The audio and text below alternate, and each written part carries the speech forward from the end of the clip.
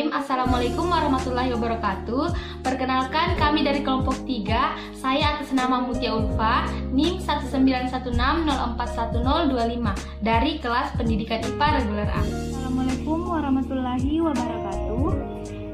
Saya atas nama Deviani L, NIM 19160422023 dari kelas pendidikan IPA reguler A.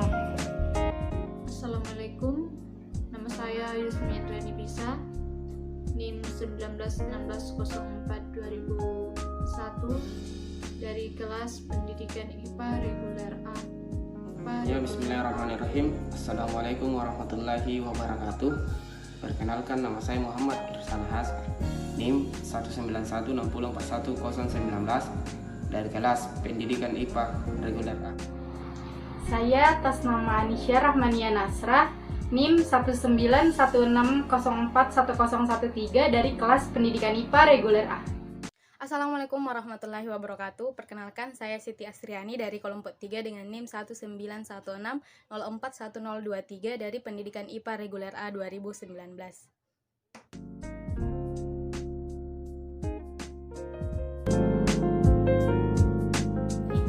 Saya akan melakukan praktikum sublimasi, di mana tujuan dari praktikum ini yaitu untuk memisahkan suatu zat yang memiliki kandungan yang dapat menyublim. Menyublim sendiri itu perubahan wujud zat dari padat menjadi gas, sedangkan mengkristal merupakan perubahan wujud zat dari gas menjadi padat. Adapun alat dan bahan yang digunakan pada praktikum kali ini yaitu kapur barus atau kamper yang sudah dihancurkan. Selanjutnya ada pasir, ada es batu, lilin, korek api, piring, panci sebagai wadah,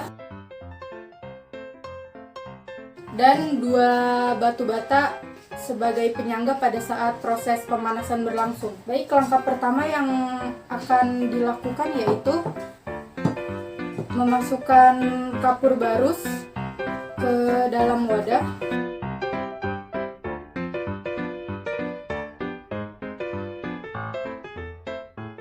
Selanjutnya memasukkan pasir.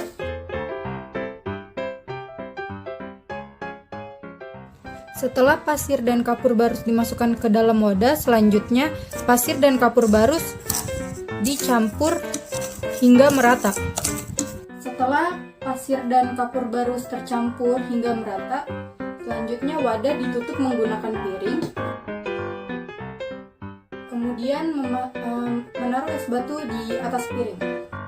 Fungsi dari es batu ini yaitu menyerap kalor pada saat proses pemanasan berlangsung. Setelah es batu diletakkan di atas piring, selanjutnya menyalakan lilin.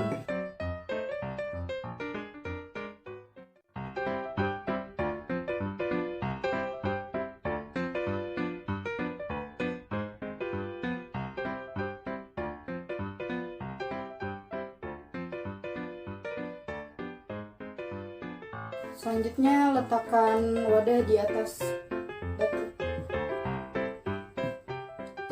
Tunggu beberapa saat sampai kapur barus menyublim.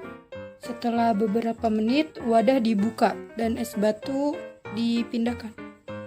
Dapat dilihat bahwa kapur barus yang dipanaskan akan menyublim, yaitu perubahan wujud dari padat menjadi gas. Kemudian ketika gas dari kapur barus terkena es, maka ia akan mengkristal, yaitu perubahan gas menjadi padat. Kristal yang terbentuk akan menempel pada bagian belakang piring. Ketika kapur barus telah menyublim, yang tersisa di bagian bawah panci hanya pasir. Dapat ditarik kesimpulan bahwa kapur barus mengalami perubahan wujud, yaitu menyublim, di mana menyublim merupakan perubahan wujud zat dari padat menjadi gas. Ketika gas dari kapur barus mengenai es batu, maka gas tersebut akan mengkristal, di mana mengkristal merupakan perubahan wujud zat dari gas menjadi padat. Kesimpulan selanjutnya yaitu campuran dari pasir dan kapur barus dapat dilakukan pemisahan menggunakan proses sublimasi, di mana kapur barus akan menyublim dan pasir tidak dapat menyublim.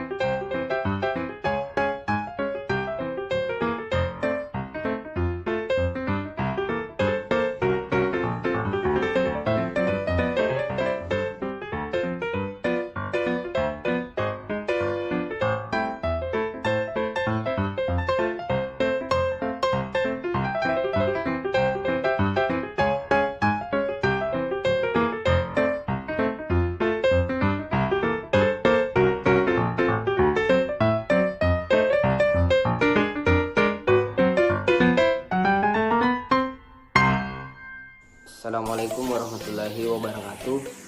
Baik, saya akan membuat indikator alami dengan menggunakan bahan dasar yaitu kunyit. Saya akan membuat indikator alami dengan menggunakan bahan yaitu kunyit.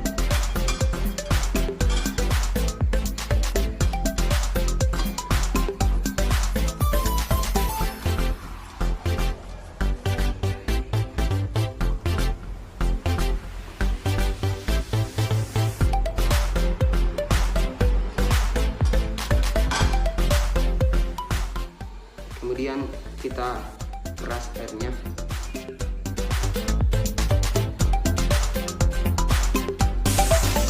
Setelah itu kita celupkan tisunya.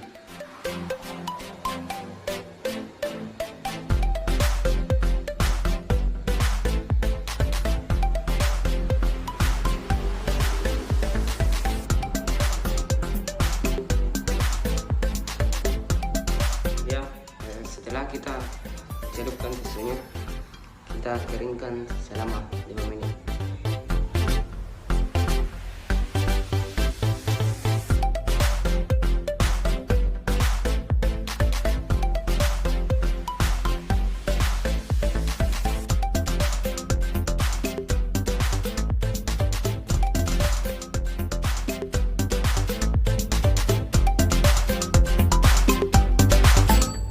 Langsung saja, larutan pertama yang akan saya uji apakah dia asam atau basah adalah sabun mandi. Ini dia sabun mandi.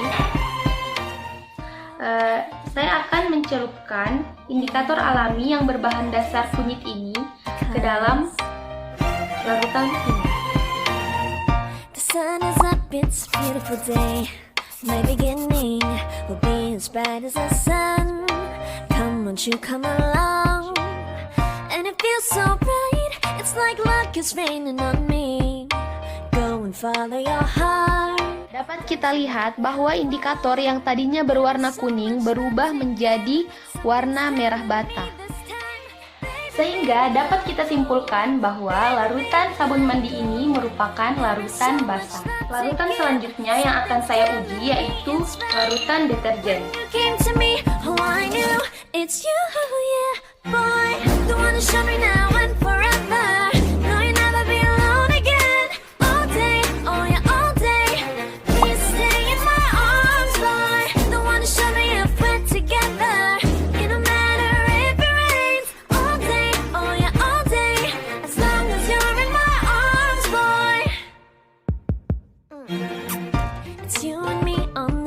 Day and smiling, holding on to your tight.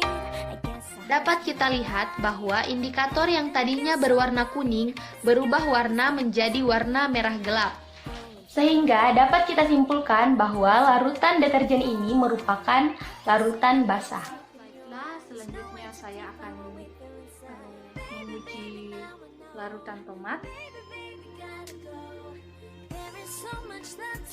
Jadi larutan tomat ini akan diuji apakah bersih bersifat asam atau basa The one who showed me now and forever. No, you never be alone again. All day, oh yeah, all day. Please stay in my arms, boy. The one who showed me if we're together. It don't matter if it rains. All day, oh yeah, all day. As long as you're in my arms, boy. Don't worry of tomorrow. For now, you're everything in my day. I love the way you like a song, you know my heart. Cause you know me, know my dapat kita lihat bahwa tidak terjadi perubahan warna. Jadi dapat kita simpulkan bahwa larutan tomat ini merupakan larutan yang bersifat asam. Kemudian saya akan menguji juga perasan air jeruk nipis. as long as you're in my arms, boy. The one who showed me now and forever. No, you never be alone again. All day, oh yeah, all day. Please stay in my arms, boy. The one who showed me if we're together. It don't matter if it rains. Dapat kita lihat bahwa tidak terjadi perubahan warna. Jadi dapat kita simpulkan bahwa larutan jeruk nipis ini merupakan larutan yang bersifat asam. Selanjutnya, larutan yang akan saya uji adalah larutan sampo. Nah, ini dia larutan samponya. Kita akan melihat apakah larutan ini bersifat asam atau basa dengan mencelupkan indikator alami ini ke dalam larutan. The sun is up, it's a beautiful day. My beginning will be as bright as the sun. Come, won't you come along? Nah, dapat kita lihat indikator tadi yang berwarna kuning berubah menjadi merah bata. Sehingga dapat kita simpulkan bahwa larutan sampo ini adalah larutan yang bersifat basa. Larutan berikutnya adalah Sprite. Ini dia. There is so much love to give. Something's telling me it's right. When you came to me, oh I knew it's you, yeah, boy. The one who showed me now and forever. No, you never be alone again. All day, oh yeah, all day. Nah, di sini dapat kita lihat yang dimana indikator tadi yang berwarna kuning tidak berubah menjadi merah, atau dengan kata lain tetap berwarna kuning. Sehingga dapat kita simpulkan bahwa larutan Sprite ini bersifat asam. This beautiful day. Saya akan melakukan percobaan, yaitu mengukur pH larutan dari pasta gigi dan obat Promax menggunakan indikator alami yang terbuat dari kunyit dan tisu. Langsung saja ke percobaannya. There is so much love to give. Something's telling me it's right. When you Yang saya masukkan air sebagai zat pelarut, kemudian saya aduk.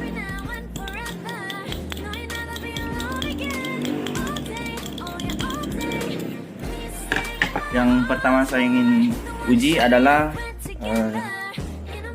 larutan dari obat Promax.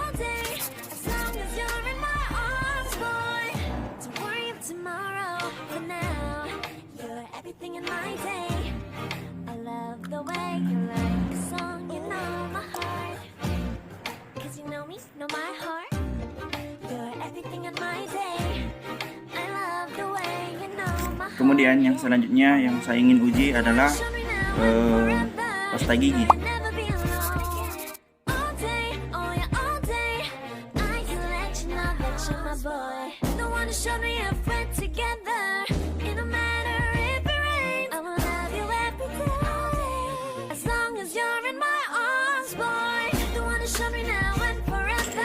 Perlakuannya sama dengan percobaan yang pertama, itu ditambahkan air sebagai zat pelarut dan zat pelarutnya adalah pasta gigi. Kemudian saya menggunakan indikator yang tadi untuk mengukur pH-nya.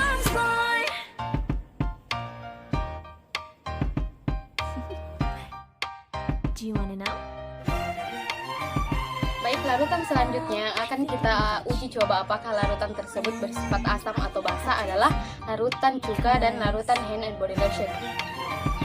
Adalah larutan cuka, dan ini adalah indikator yang terbuat dari bahan dasar kunyit. Langkahnya adalah kita akan mencelupkan indikator ini masuk ke dalam larutan cuka ini dan melihat bagaimana reaksinya untuk membuktikan apakah larutan cuka bersifat asam atau basa. So much love to give. Something's telling me this time. Baby, baby, now I know. Baby, baby, gotta go. Setelah dicelupkan dalam larutan cuka, ternyata indikator tidak mengalami perubahan warna. Ini berarti larutan cuka bersifat asam. Larutan selanjutnya adalah larutan body lotion. Sama seperti sebelumnya pada larutan cuka, kita akan mencelupkan indikator ini ke dalam larutan body lotion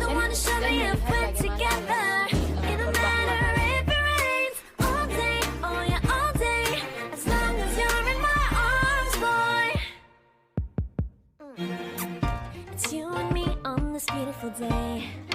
Setelah dicelupkan, ternyata indikator mengalami perubahan warna menjadi warna merah. Nah, ini berarti larutan hand and body lotion bersifat basa.